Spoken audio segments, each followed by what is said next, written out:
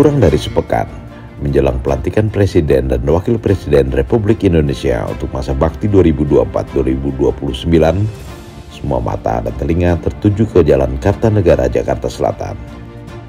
Di rumah kediaman Presiden terpilih Prabowo Subianto ini, sejumlah calon menteri, wakil menteri, dan para calon kepala badan atau lembaga negara berdatangan secara bergantian selama 2 hari berturut-turut atas undangan sang Presiden terpilih. Berdasarkan catatan yang kami kutip dari berbagai media, ada 49 calon menteri, wakil menteri, dan kepala badan atau lembaga negara yang dipanggil Prabowo ke Kartanegara pada hari Senin lalu. Kemudian esoknya, hari Selasa, ada 58 calon pengisi kabinet yang mendapat giliran memenuhi panggilan. Pemanggilan para calon pengisi kabinet yang dilakukan sebelum pelantikan Presiden dan Wakil Presiden merupakan tradisi baru di negeri ini. Pada era pemerintahan sebelumnya, para calon menteri, wakil menteri, dan kepala lembaga negara biasanya baru dipanggil satu persatu setelah Presiden terpilih resmi dilantik. Tradisi baru ini dilakukan Prabowo karena Prabowo tidak mau membuang-buang waktu. Presiden terpilih ini bertekad, kabinet yang dipimpinnya bisa langsung bekerja secara efektif sehari setelah pelantikan. Tradisi lainnya yang diperkenalkan Prabowo adalah rencana membawa para menteri, wakil menteri, dan para kepala badan negara ke Akademi Militer Magelang untuk memperoleh pengarahan mengenai pertahanan negara setelah mereka dilantik. Dan sebelum dilantik, para calon pengisi kabinet Prabowo Gibran itu mendapat pembekalan di Hambalang.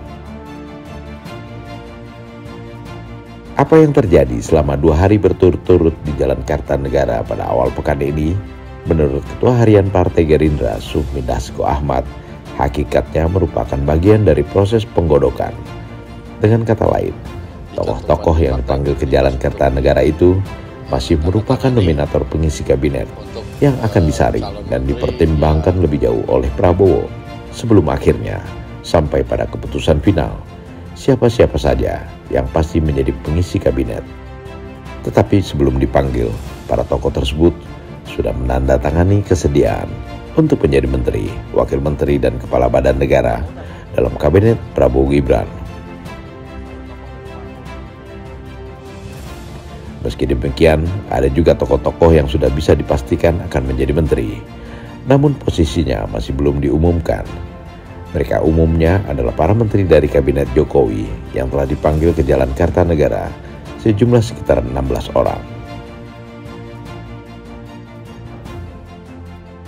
Pada 2 kali pertemuan formal, yakni pada hari ulang tahun Partai Gerindra dan BNI Investor Daily Summit 2024, Presiden terpilih Prabowo Subianto secara terus terang menyatakan niatnya untuk mengisi kabinetnya dengan sebagian menteri yang ada di dalam kabinet Jokowi. Sebagai Menteri Pertahanan dalam kabinet Jokowi, Prabowo tentunya sangat mengenal dan memahami kinerja para menteri Jokowi yang pernah bekerja sama dengannya selama 5 tahun terakhir ini. Yang menarik adalah ditunjuknya kembali Menteri Keuangan Sri Mulyani untuk menjadi Menteri Keuangan pada kabinet Prabowo Gibran. Padahal jauh sebelumnya, sewaktu Sri Mulyani melakukan rapat kerja terakhirnya dengan Komisi 1 DPR RI, Menteri Keuangan pada 2 periode kabinet Jokowi dan 1,5 periode pada kabinet SBY itu seolah memberikan sinyal bahwa ia tidak akan lagi menjadi Menteri Keuangan. Sambil menangis terseduh-seduh, saat itu Sri Mulyani menyampaikan salam perpisahannya dan menitipkan Wakil Menteri Keuangan Thomas Juwandono yang disebutnya akan menjadi penggantinya. Namun ternyata setelah memenuhi panggilan Presiden terpilih Prabowo Subianto, Sri Mulyani memberikan keterangan kepada media bahwa ia akan tetap menjadi Menteri Keuangan pada kabinet Prabowo Gibran. Sebenarnya tidak mengherankan jika Prabowo menunjuk Sri Mulyani untuk tetap berada pada posisinya sebagai Menteri Keuangan. Karena selama masa transisi dari pemerintahan Jokowi kepada pemerintahan Prabowo, Sri Mulyani sangat mendukung terlaksananya program-program Presiden terpilih melalui penetapan Anggaran Pendapatan dan Belanja Negara atau APBN 2024-2025. Menteri Jokowi lainnya yang tetap berada pada posisinya untuk bekerja pada kabinet Prabowo Gibran adalah Menteri Kesehatan Budi Sadikin. Ia dinilai berhasil meningkatkan pelayanan kesehatan pada masa pandemi COVID-19 dan sesudahnya, sehingga ia pun layak untuk tetap menjadi Menteri Kesehatan. Sedangkan tokoh dari keluar kabinet Jokowi dan bukan dari kalangan partai politik yang posisinya sudah pasti adalah Sekretaris Umum Pimpinan Pusat Muhammadiyah Abdul Mukti yang dipercaya Prabowo menjadi Menteri Pendidikan Dasar dan Menengah. Sudah cukup lama sebagian besar kalangan memang mengharapkan Abdul Mukti menjadi Menteri Pendidikan untuk membereskan kesemrawutan dunia pendidikan yang selama ini ditangani oleh Mendikbudristek Nadiem Makarim. Harapan sebagian besar kalangan itu kini tercapai.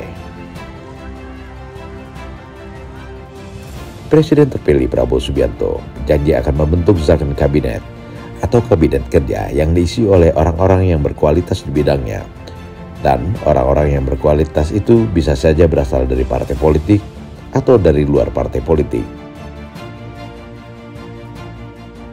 Jika mengamati tokoh-tokoh yang dipanggil Prabowo sebagai calon menteri, wakil menteri, dan kepala lembaga negara, terlihat cukup banyak para calon pengisi kabinet yang berasal dari partai politik.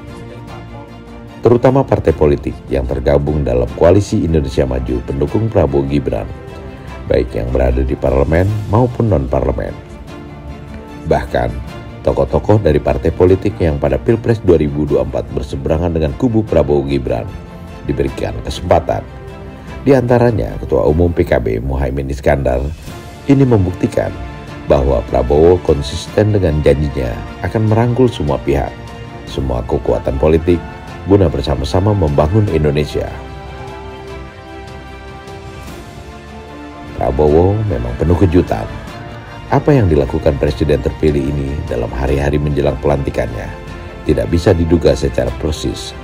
Seperti juga kita tidak bisa menduga seperti apa persisnya nomenklatur kabinet Prabowo Gibran itu nantinya. Kita hanya bisa mengira-ngira berdasarkan langkah-langkahnya pada hari-hari terakhir ini.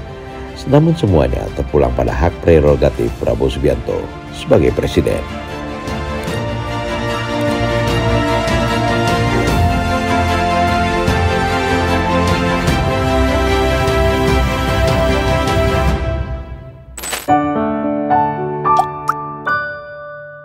Men of our time.